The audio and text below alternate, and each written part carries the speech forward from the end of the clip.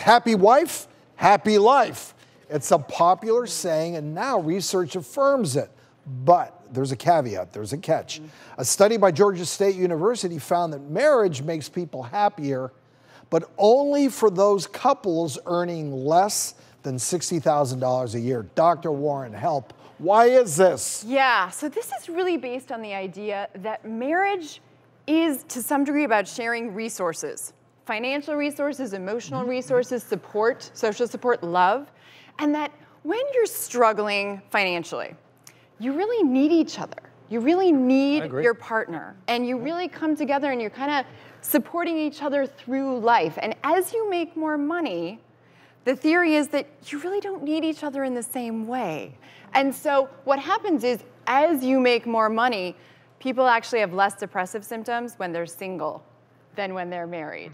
And so you found an inverse relationship there that's kind of interesting. What about love? That's so sad. Well, but I understand the point, because like when Gail and I were first married and we didn't have much, I often say this to her, that life was a lot simpler. It sure was. Because you didn't have these distractions. Like now that we're doing better, she was able to buy an iPad. And all of a sudden now that's become a focus.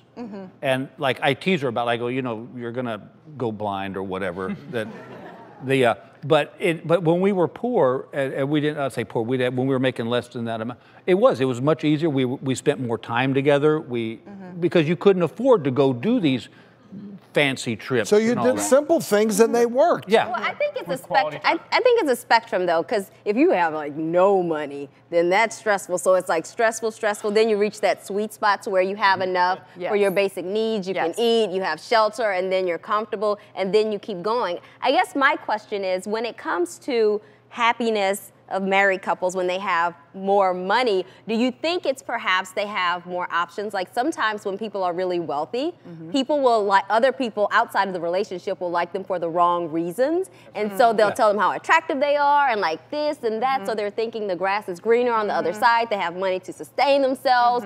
Do you think it's kind of that a little bit too? It's possible. You have more freedom. Money really is about freedom and flexibility, right?